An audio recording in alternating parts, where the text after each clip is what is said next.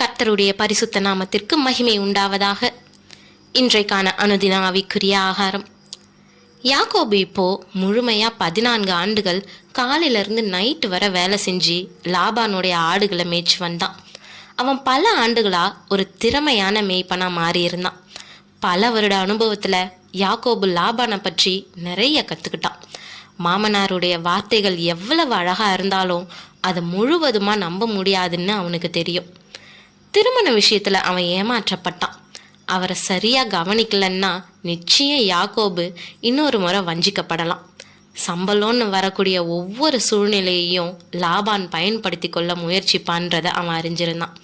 அதனால தன்னுடைய சம்பளம் இதுதான்றதுல யாக்கோபு கவனமாக இருந்து ஒப்பந்தம் செய்கிறான். அவன் சிறந்த மெய்ப்பனானபடியினால் தன் சம்பளத்தை எப்படி பெருக்க வேண்டும் என்று அறிந்து அதை சரியாக செய்து தன் ஆஸ்தியை பெருக பண்ணினான். இவ்விதமாய் அந்த புருஷன் மிகவும் விருத்தியடைந்து திரளான ஆடுகளும் வேலைக்காரிகளும் வேலைக்காரரும் ஒட்டகங்களும் கழுதைகளும் உடையவனானான்னு ஆதியாகமம் 30:43 நாம் வாசிக்கிறோம். யாக்கோபு அனுபவித்த செல்வத்தின் பெருக்கத்தை ஈஸியாக விளக்கிட முடியாது.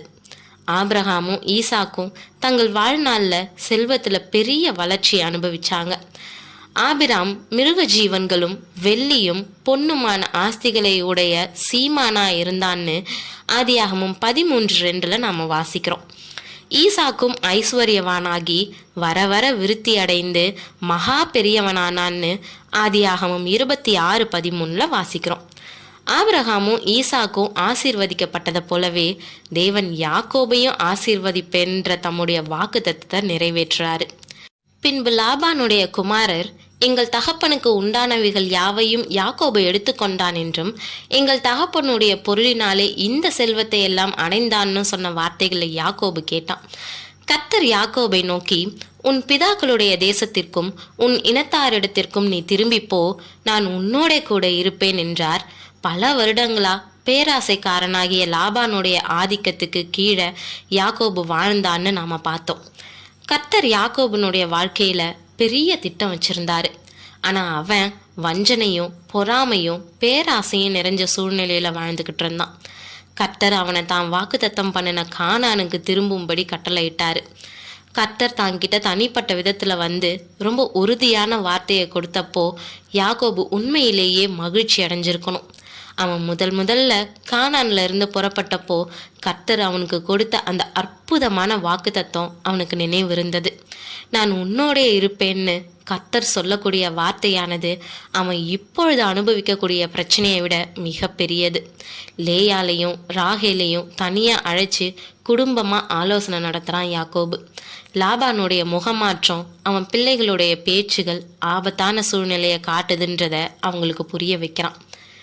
லேயாலும் ராகேலும் 2 பேருமே தங்களுடைய தந்தையை பற்றி அறிஞ்சு கொள்ளணும்னு யாக்கோபு உண்மையானவைகளை சொல்கிறான். என்னால் இயன்ற மட்டும் நான் உங்கள் தகப்பனுக்கு ஊழியம் செஞ்சேன். என் தகப்பனுடைய தேவன் என்னோட கூட இருக்கிறாரு.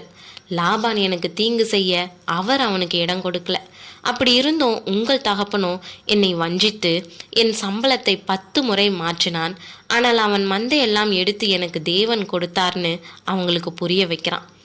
தனக்கு சேர வேண்டிய சம்பளத்துக்காக தான் என்ன வேலை செஞ்சு அவைகளை அவன் சம்பாதிச்சான்னு விளக்கப்படுத்துகிறான். லாபான் இல்லை யாக்கோபுன்னு மனித மூளையில் எத்தனை பிரயாசப்பட்டாலும் இல்லை தந்திரமாக செயல்பட்டாலும் கர்த்தர் ஒருத்தர் இடையில் செயல்படலைன்னா யாக்கோபினுடைய வாழ்க்கையில் ஆசீர்வாதம்ன்றது ஒன்றுமே இல்லை.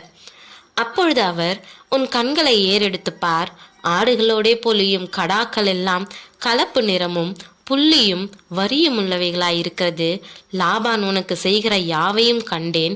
நீ தூணுக்கு அபிஷேகம் செய்து எனக்கு ஒரு பொருத்தனையை பண்ணின பெத்தேலிலே உனக்கு தரிசனமான தேவன் நானே. இப்பொழுது நீ எழுந்து இந்த தேசத்தை விட்டு புறப்பட்டு உன் இனத்தாராயிருக்கிற தேசத்திற்கு திரும்பி போ என்று சொன்னார்னு தேவதூதன் சொன்னதா 31:12-13 நாம் வாசிக்கிறோம்.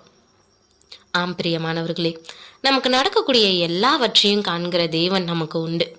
நம்ம மறந்தாலும் மறவாமல் நம்மளை நினைக்கிறவர் நமக்கு உண்டு. கர்த்தர் நம் பட்சத்தில் இருந்தால் நமக்கு தீமை செய்கிறவங்க யாரு? எத்தனை லாபான் வந்தாலும் என்ன திட்டங்கள் தீட்டினாலும் நம்மளோட இருக்கிறவர் நம் தேவாதி தேவன். அவர் நம்மளை ஆசீர்வதிக்க சித்தமுள்ளவராக இருக்கிற பட்சத்தில் நம்ம எதை குறித்தும் கலங்க வேண்டியதில்லை. அநேக நேரங்களில் மனுஷங்களுடைய திட்டங்கள் நம்மளை பயமுறுத்தும். அவங்களுடைய வார்த்தைகள் இல்லை அவங்களுடைய நடத்தைகள் நமக்கு சமாதான குலைச்சலை கொண்டு வரும். ஆனால் நமக்கு பாதுகாப்பும் நமக்கு அடைக்கலமும் நம்மளுடைய தேவன் தான். நம்ம அவருடைய வார்த்தைகளை கேட்டு அவர் சித்தம் செய்ய எப்பொழுதும் ஆயத்தமாக இருப்போம். தேவன் நம்மை சிறப்பாக வழி நடத்துவார். அவர் நாமம் மாத்திரம் மகிமைப்படட்டும். ஆமீன்.